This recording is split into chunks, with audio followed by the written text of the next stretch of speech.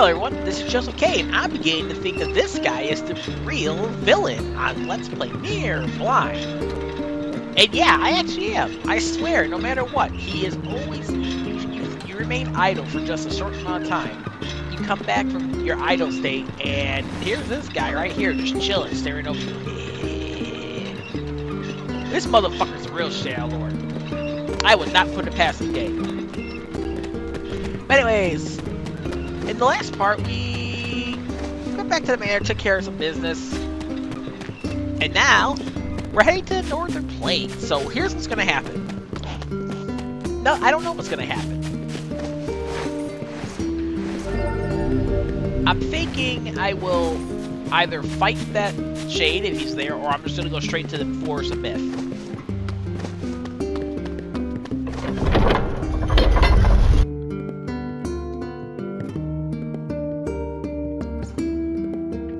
So, either way, we're doing something this part.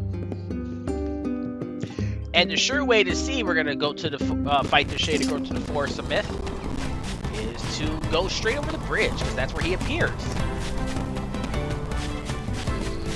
Oh yeah, he is going to be popping up. He is totally going to be popping up. You want to know how I know? Because there's like no shades at all over here. Well, I guess we're doing this in this part.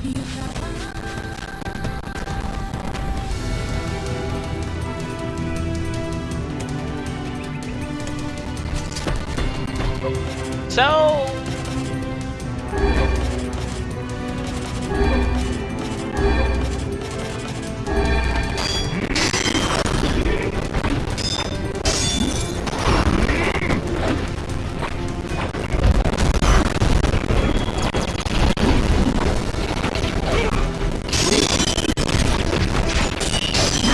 I think I could actually get him. My problem was I was trying to be too quick with it.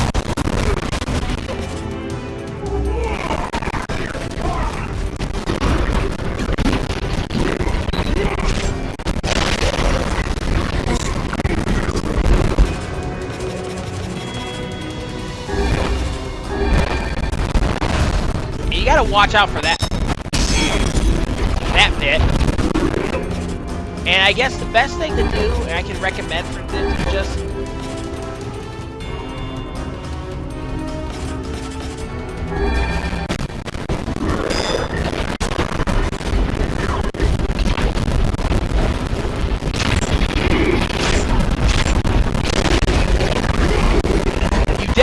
definitely want to take out the little shades that are surrounding you.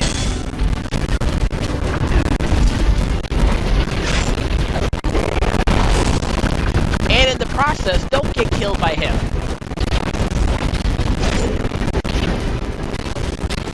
But here's what's going to happen.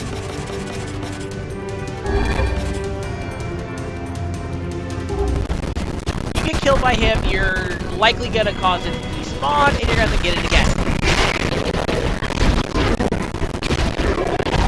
And I don't know exactly why the sound gets so distorted.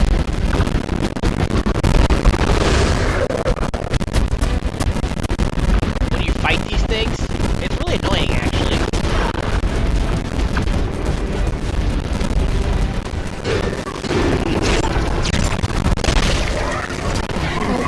Alright. One more time with the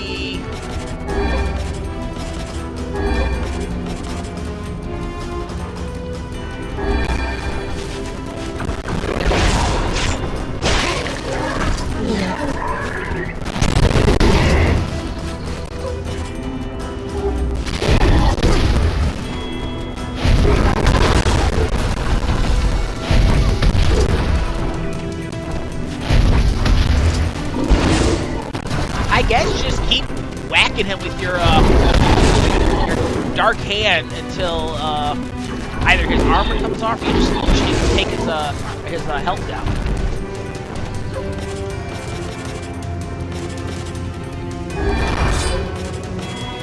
Alright, so let's use strength drop, magic drop, defense drop, spirit.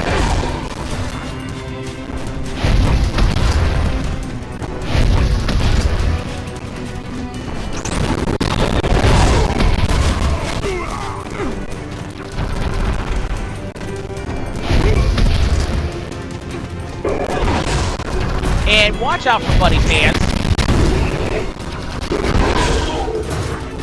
The good news is, you are able to retreat other places in this area.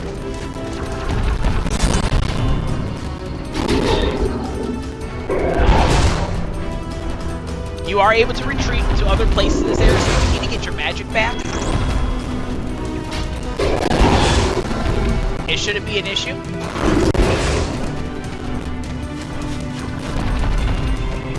I think he will stay here so long as you don't actually leave the area. I don't think he'll despawn once you go a certain distance away. I don't think that's how that works, but I could be wrong. Well, he'll despawn only because the game can't keep him on screen, but I don't think it'll bring his health back.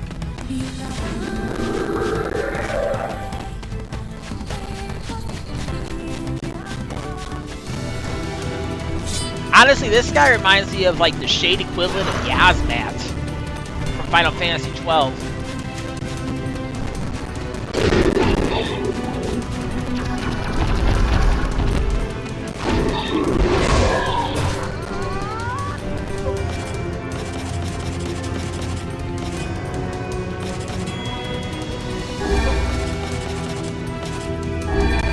And since I am largely using magic now, I'm not going to bother with the defense or anything like that.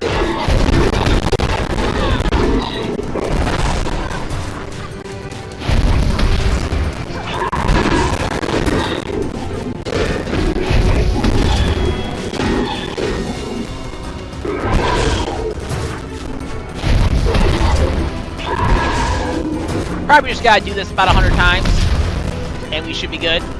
Alright, now I'm gonna retreat again. And somehow one of his things hit me, which kind of sucks.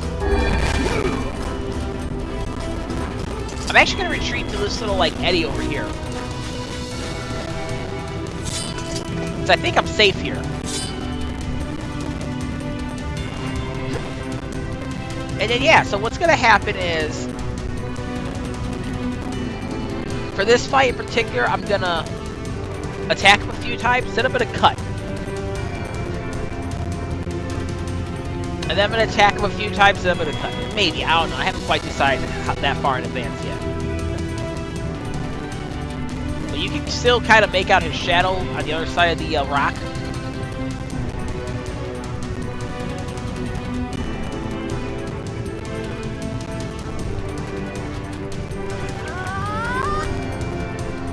I guess Emil is healing me.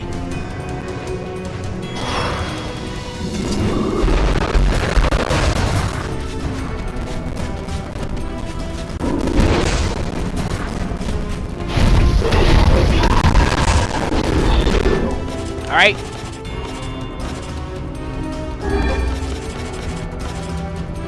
Same song and dance.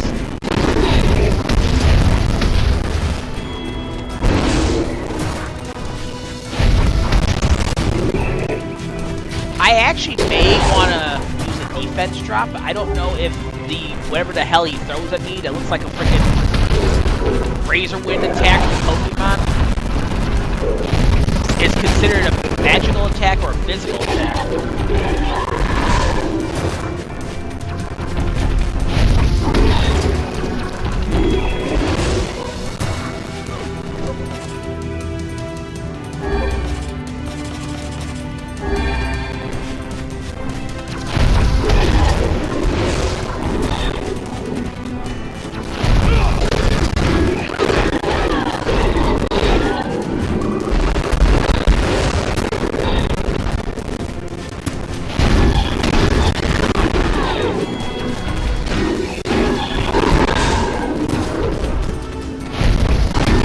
Now we're gonna once again retreat.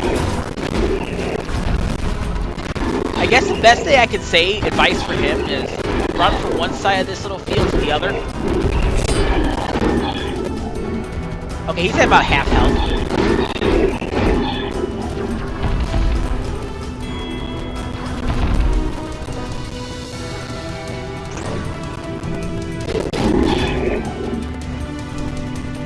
And of course, the shade will always go for you.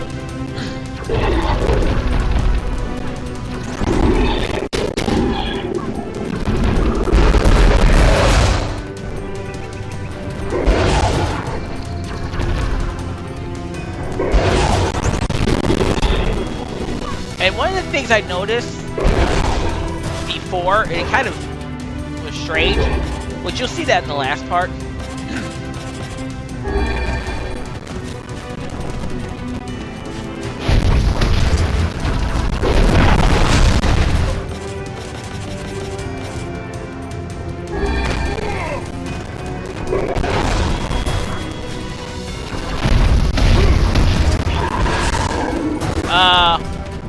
Is if he gets close enough to the rock, he'll actually send his, wherever the frick his attack is he's doing to you, directly through the rock.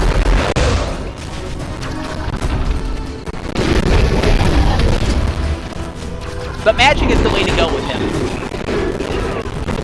Now I'm actually going to retreat down here again. Get some magic back. Alright, we're back.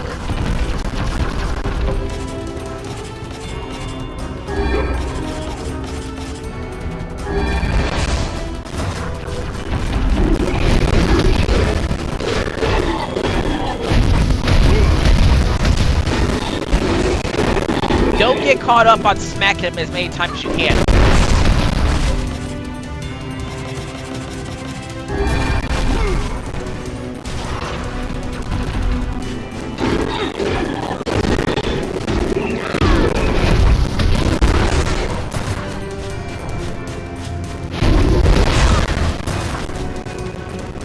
I recommend smacking him a couple times and then going away so you can watch out for his recoil.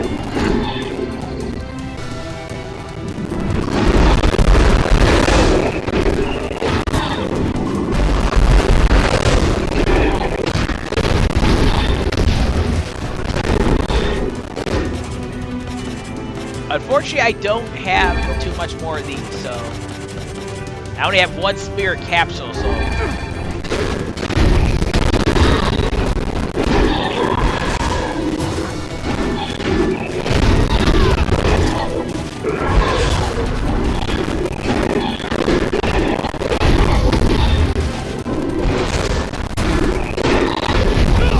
you got him though. He's not gonna take that long.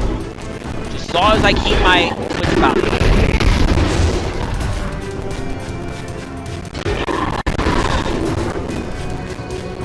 Alright, now I don't have my shield anymore, and he's a little bit close. So I'm gonna run over here to this hill.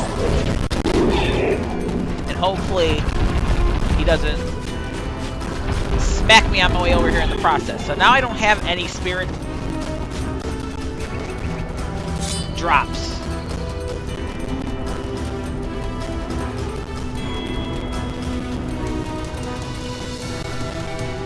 But I'm beginning to think I don't really need that much. I'm thinking a spirit drop and a spirit capsule should be all I need.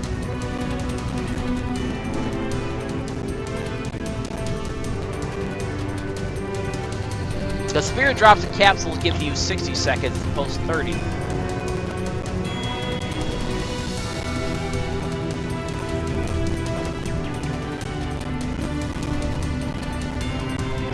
Let's go. So let's go.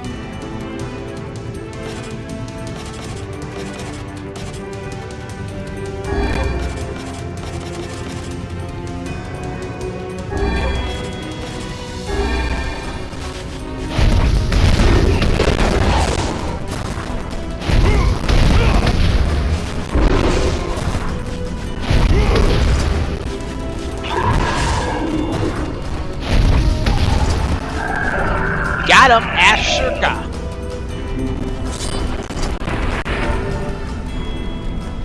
Ooh, obtained the one-handed sword, Labyrinth's Whisper, and a complex trash getting in our way. It's hard to imagine a shade being here. It's almost like it was waiting for us. They can't be that intelligent. Oh, really now? Can you truly say so with all confidence? The tactics of the Shades grow more intricate with each passing year. And it would not surprise me to see them setting elaborate traps for us before long. We'd better wipe them out before they get too smart. I'm with you, If we take out the Shadow Lord, we take out the Shades. That's all there is to it. Alright, let's go talk to the guy. Get a reward.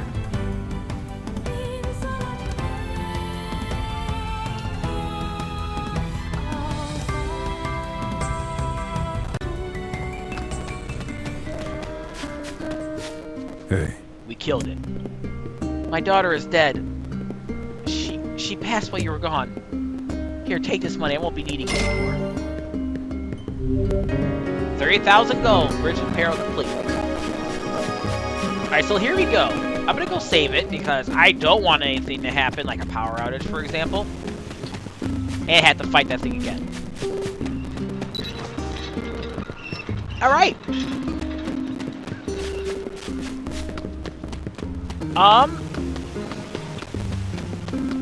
So what I'm gonna do is, I probably shouldn't. But I'm probably gonna have to go and, Man, I'm bushed. you know, I'll leave it be. If it really becomes that bad, I will just reload the save. But anyways, now we got that out the way. I'm actually gonna head over to the scrapyard. Your Yoda. I really do. So I'll see you guys there.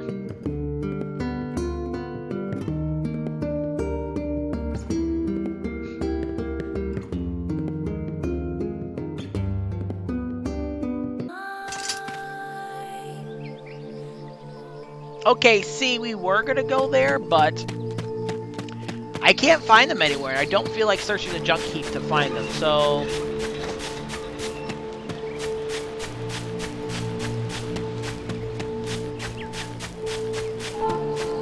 let's go see what they got going on. We are the grass. We are the trees. We are the woods.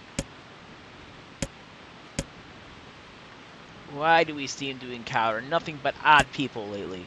You should talk, Vice. Pah! As if Grimoire Vice is capable of spouting such nonsense. Hang on, I don't think he's done. The dark form that governs all memories. May the words form themselves to your liking. That would be nice. Black, pure darkness, painted over everything.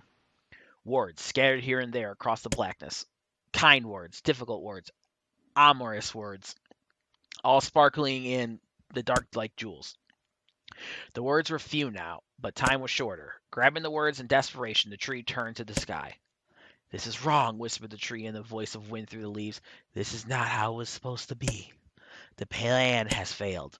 Once, long ago, the tree had remembered everything about the world. This was its task, its purpose. It shivered with something approaching joy as it collected the memories of mankind. This was no accident. Emotions were as much as part of the tree as the root and bark. Memories collected like dew on the thick green leaves of the tree. And once they had formed a web that spanned the entire world, words collapsed into the sunlight before passing through the leaves and into the pool of memory. From the pool, the words joined together to form colonies. The colonies united into whirlpools of light, and the light coalesced into the stars. Each star was like a child of the tree, and it loved them all. Look at my memory. A child is here, brought low by disease. He is far too young to have suffered so. Thin, beyond words, the boy's skin is a shade paler than the bleached hospital sheets upon which he lies. His parents no longer visit him, for they cannot bear to watch him suffer. The doctors have long since surrendered his fate to the gods. The boy, too, has abandoned hope. Strange emotions, weariness, hatred, swell within the dark recesses of his young heart. He tries to reject the black terror that germinates in his body, but no amount of effort or tears can drive the invader away. He has long ceased to resent his parents and doctors. Once he did, but now his pain is so great that there is little room in his heart to think of others. Only one person brings the boy comfort, a healthy young girl with tan skin and deep brown eyes. She is a beacon of brightness and light in the boy's world. Her very presence is a comfort to him, but he is unable to look upon her face. Whenever they meet, the boy is filled with loathing for his own state. Soon, this loathing eats away at what joy he receives from the girl's visits. The girl will stop coming. He knows this. His every waking moment is spent in fear this day. He thinks that if he could talk to her, if he could tell her of his feelings, that this might not be so, but this conversation never happens. The girl disappears. The boy dies alone. The tree scoops up this memory and carefully stores it within itself. Etched upon it is a single word, envy. Look at my memory. There is a female warrior. Her greatest enemy is a beast with red eyes that she cannot fully comprehend. When she strikes it with her sword, it turns into a pillar of salt and dies. But when the white smoke clears, a new enemy rises. And another. And another.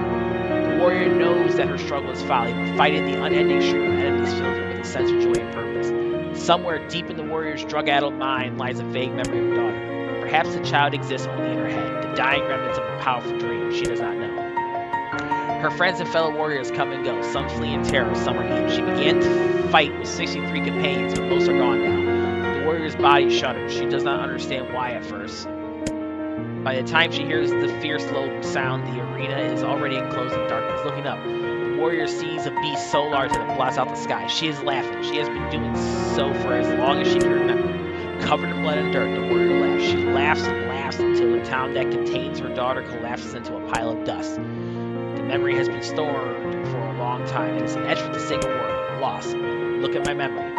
A red dragon falls from the heavens. That memory has been lost. A shame. It was a favorite of mine.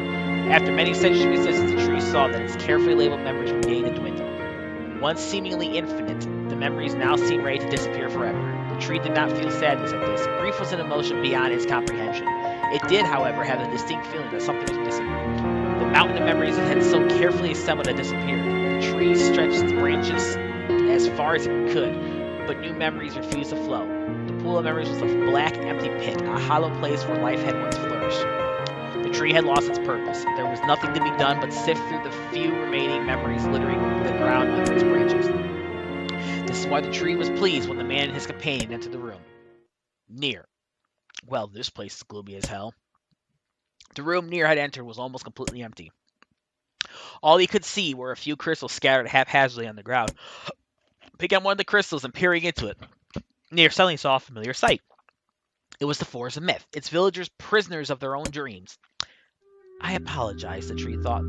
That is all that remains.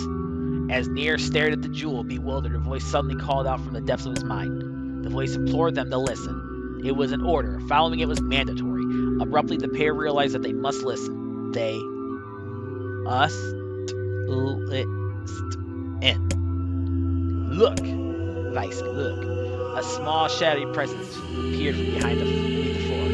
It looked to be a shade. The shade grasped several jewels in its hand. More jewels tumbled out of its mouth like shards of broken teeth. Sights and sounds tingling from each one before vanishing forever. The creature was abusing the memory, streaming the precious objects like a collection of cheap player toys. Right. This shade appears to be consuming the memories. Nier, that little thing? It's barely worth my time to kill. The tree extended a branch towards Nier. Without a second thought, Nier brought his blade down the shade, tearing its stomach wide. Jewels burst from the shade and poured across the chamber floor. Look, thought the tree. There is the conviction memory I had lost, and satisfaction, and many others as well. Yes, this is good. The tree opened its mouth and attempted to speak, but no sound emerged. A millennium of silence and solitude had caused the tree to forget certain things, but rather than be upset, it greeted the developer with good cheer. Focusing all its power on the riddle of speech, the tree formed a kind of makeshift vocal cord and tried again. Ahem. I implore... It spat out a glimmering green jewel. One more time. I implore you. There we are. What was the color of the lost envy?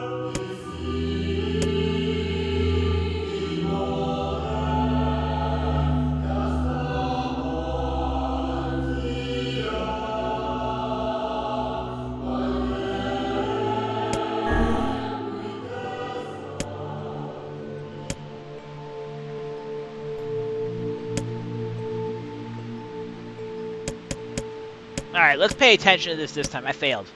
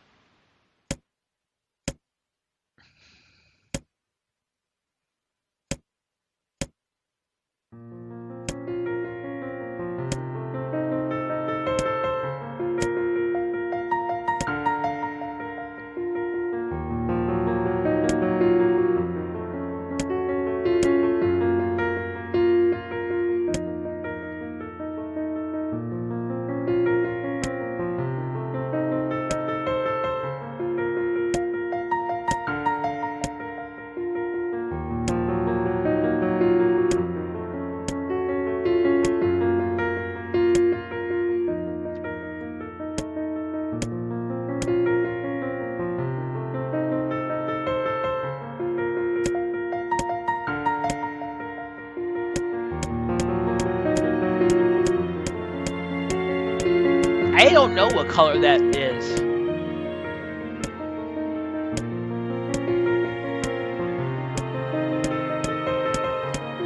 But we're not rereading all that crap. So what I'm going to do is if I fail, I'm just going to skip all this crap.